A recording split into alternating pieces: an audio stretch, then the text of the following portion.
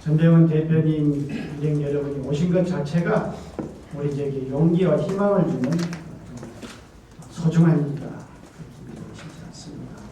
오늘 참석해 주신 민주당 지도부, 예결위원 또 우리 지역 의원들, 광주시가 한마음 한뜻을 모아서 오늘 정책협의를 통해서 광주 시민들께서 원하는 것 잘 듣고 또 좋은 해결 방안이 있는지 우리 강원대 시장님을 비롯한 행정정 성공적인 이런 사업들이 추진이 될 수 있도록 오히려 더욱 적극적으로 재정 지원하는 모습을 보여야 한다고 생각합니다. 지속 가능한 광주 전남의 미래를 위한 그런 예산이 될 수 있도록 최선을 다하겠습니다. 감사합니다. 정부에서는 새 정부 공약사항 위에 세수, 주거조 등을 이유로 신규 사업 억제, SOC 사업 감축 등을 원칙으로 하고 있어 그 어느 해보다도 국고 지원 사업비 확보가 쉽지 않은 상황입니다. 정부로서는 거의 불가능하다 손을 든 상태였습니다. 그러면서 이제 계속 얘기를 하니까 그러면 구체적으로 어디다 어떻게 된 얘기냐 얘기를 했어요. 근데 마침 우리 지역에 빅그린 산단이라고 광주 전남이 한데 어우러지는 광산구와 전남 한평군이 한데 들어가는 132만 평의 국가산단을 조성 중에 있습니다. 광주의 그 도심을 이렇게 흐르는 광주천 그 이미 곱게 뻗었습니다만 용봉천, 서방천이 있는데 광주천의 경우에는 양동 그 복개상가가 있습니다. 그래서 지난번에 후보 공약에서 우리 당 후보 공약으로 들었습니다만 박근혜 후보 공약 당시에 양동의 복개상가를 철거해서 생태 보건하천 마련했다 이런 게 있는데 그것을 30억쯤은 내년 좀 계산해서 설계를 좀 해보자. 뭔가 이렇게 중앙정부에서 돈이 내려오면은 이 효율성이라든가 이런 것들이 상당히 높습니다. 그 이유가 뭐냐면 그만큼 광주가 잠재 능력을 갖고 있다는 거거든요. 광주가 이 좀 소위 우위에 있는 산업들이 참 많이 있는데 그런 것들은 정말 그 지역 균형이나 지금 이런 측면에서라도 제대로 좀 지원을 해줬으면 좋겠다는 말씀을 드리겠습니다. 제가 지금 우리 시장님한테 받은 그 큰 과제를 지금 다 풀지를 못했어요. 근데 오늘 제가 이렇게 우리 최재천 애결이 간사 오셨고 또 우리 원내대표께서 직접 관심을 갖고 계시기 때문에 제가 공개적으로 한번 도움을 더 요청을 해야 될 것 같습니다. 그래서 국립 아시아문화 전당과 관련한 컨텐츠 사업은 이제 광주 지역에서는 이게 15, 16년간 수건 사업으로 된 거를 작년에 우리 강원대 시장님 또 그 당시 총리께서 많이 배려를 하고 제가 인계를 받고 2차까지도 지금 아직 반영 안 시켰거든요. 그래서 우선 예타 없는 상태에서 국토부는 작년 30억에 붙여서 우선 보호만 해놓고 나오면 또 추가를 해보자 그래서 이 자리를 빌어서 또 우리 지역 정병환 정책위원장님 그래서 기왕에 작년에 도와주셨으니까 꼭 좀 이것은 분열을 해서 반영시킬 것을 다시 한번 부탁드립니다. 이 문제는 이제 기왕 이제 광주로는 확정이 돼가지고 다 이미 인식이 그렇게 되고 있으니까 이 바탕에 문화부 직속으로 바꿔줘야 이게 제대로 좀 활성화가 되겠다 해서 법을 추진을 합니다. 그래서 아마 시도 그런 쪽으로 이렇게 인식을 좀 같이 해주셔야 될 것 같다 말씀을 드립니다. 이제 국회에 넘어오면 의원님들께서 이제 11월 달부터 심의를 하실 텐데 지금 9월이 안 됐는데도 이렇게 방문을 해주신 것은 물론 시간이 있을 때 돌아본다는 의미도 있겠지만 이제 당장 그런 것은 기재위 문재인산 심의 때 들어가야 되지 않겠습니까? 민주임금 평화도시로서의 위상을 갖추는 문제에 대해서는 아마 국민적인 공감대나 컨센서스도 형성이 돼 있다고 우리가 볼 수밖에 없는 문제예요. 근데 특히 한 푼도 이 기재부의 반영이 지금 현재 안 되는지 그 기재부에서 지금 반영을 안 시키고 있는 이유와 논리는 무엇인지 좀 말씀해 주시고요. 또 이제 두 번째는 작은 겁니다만 치과용 소재 부품 기술지원센터 문제가 대구하고 이렇게 좀 역할 분담을 하기로 이렇게 서로 경쟁하다가 역할 분담하기로 분리 추진이 되는 그런 이야기가 있는데 약간 아까 설명은 돼 있습니다만 현재 어디까지 와 있고 광주시의 입장은 어떻게 하는 것이 가장 최선인지 이 부분에 대해서는 좀 말씀. 하나는 광주 교도소를 지금 현재 이전하고 있거든요. 내년 말에 이전이 끝납니다. 광주 교도소 부지에다가 한국 민주주의 전당을 세우는 문제입니다. 그 문제는 광주 교도소가 현재 5.18 사적지로 지정이 되기 때문에 관련 법에 보면 5.18 사적지는 국가에서 무상으로 양해를 받을 수 있도록 근거가 되어 있습니다. 그렇다고 반드시 무상을 준다는 건 아닙니다만, 그래서 그 근거에 해가지고 기재부 그리고 법무부에 무상으로 해달라고 요청하고, 동시에 한국민주주의 전당이 광주에 들어오도록 노력을 하고 있습니다만, 그 문제는 당초에 서울과 우리 광주와 마산 세 군데가 경쟁하다가 서울의 경우에는 고맙게도 박 시장이, 박원순 시장이 이게 광주가 한국민주주의 전당을 세운다고 한다면 서울이 거기에 끼일 필요가 없다. 그 타당성, 정당성 측면에서 광주를 가야 되지 않겠냐. 그래서 서울이 양보를 해줬거든요. 현재는 이제 광주와 마산이 다투고 있는데, 어찌됐든 그것은 선행돼야 할 것은 교도소 부지가 무상으로 양해되는 것, 그리고 민주주의 전당이 광주에 들어오도록 정책 결정이 되는 것. 당장에 내년 예산은 좀 거리가 멉니다. 내년 예산은 관여없습니다. 그게 있고요.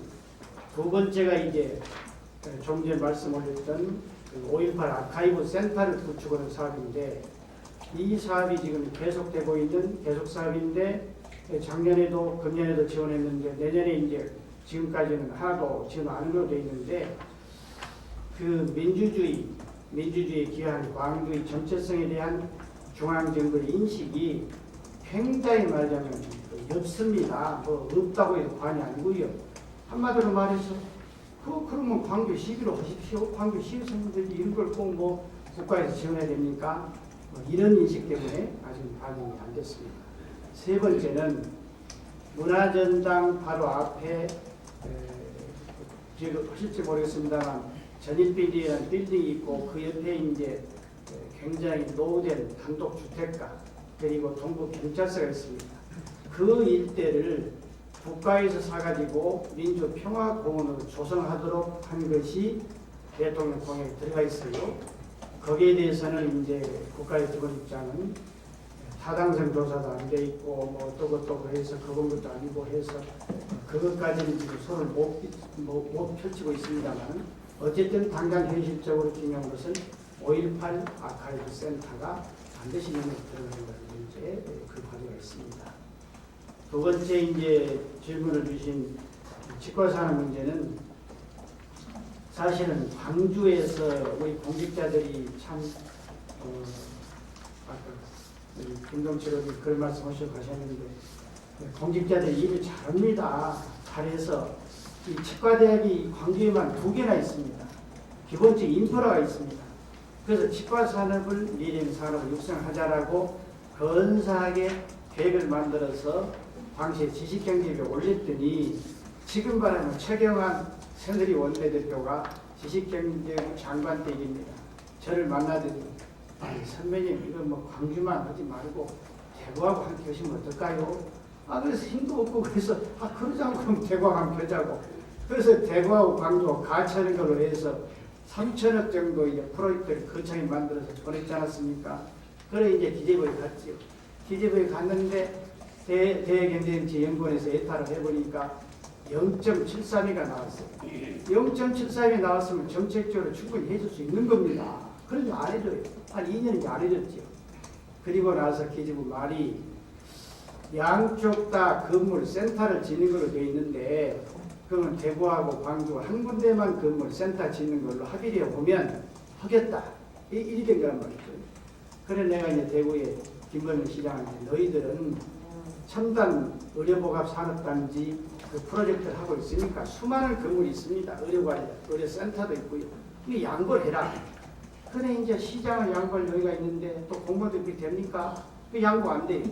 그래서 최종적으로 그럼 분리를 하자. 차라리 분리해서 광주는 소지하고 부품을 하고 대구는 장비를 하고 이렇게 아주 분리가 됐습니다. 광주는 치과용 소재 부품, 대구는 치과용 장비 이게 분리해서 이제 넘어갔지요. 넘어가서 어렵사리 해서 5억이 지금 예상이 되어 있는 그런 상태에 있습니다. 이것도 국회에 넘어오면 대폭 한 100억쯤을 올려주시는 게 안전하겠습니다. 알겠습니다. 그럼 보통 같으면 11월쯤 이렇게 간단하게 업무 협의를 하는 그런 관례가 있었습니다만 국회에서는 이게 형식적일 수밖에 없고 효율성이 좀 떨어진다는 판단이 있어서 일단 그 부처가 예산안을 편성하는 과정에서 1차적으로 반영시키는 노력을 하고 2단계는 그 상임위 심의 과정에서 또 반영하는 노력, 그리고 최종적으로 이제 3단계인 예결위 과정에서 최종적으로 결정적인 그런 노력을 해나가는 그런 3단계 예산 반영 노력을 해야 되겠다라는 취지에서 올해는 좀 일찍 또 내려오게 됐다 이런 말씀을 드리고요.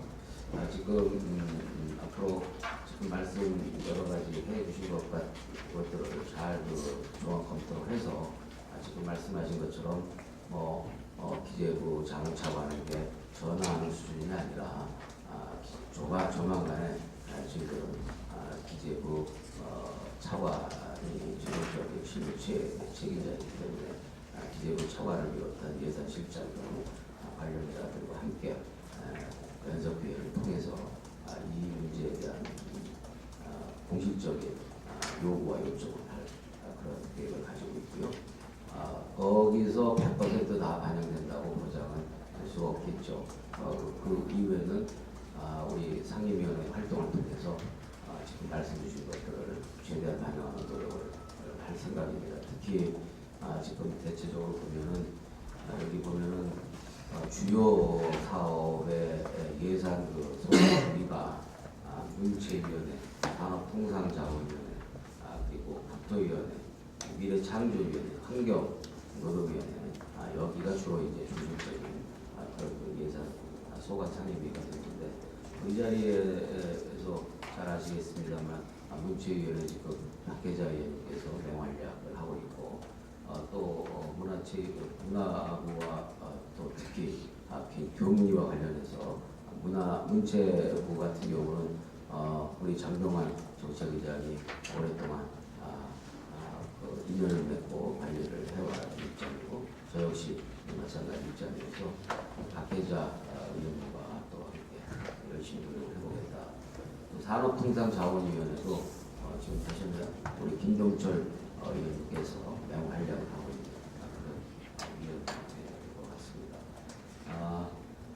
미래창조부와 관련해서는 미래창조부가 그래도 비교적 많이 이렇게 수용을 했는데 기재부에서 많이 그 삭감이 원천되는 케이스가 많이 있는 것 같습니다.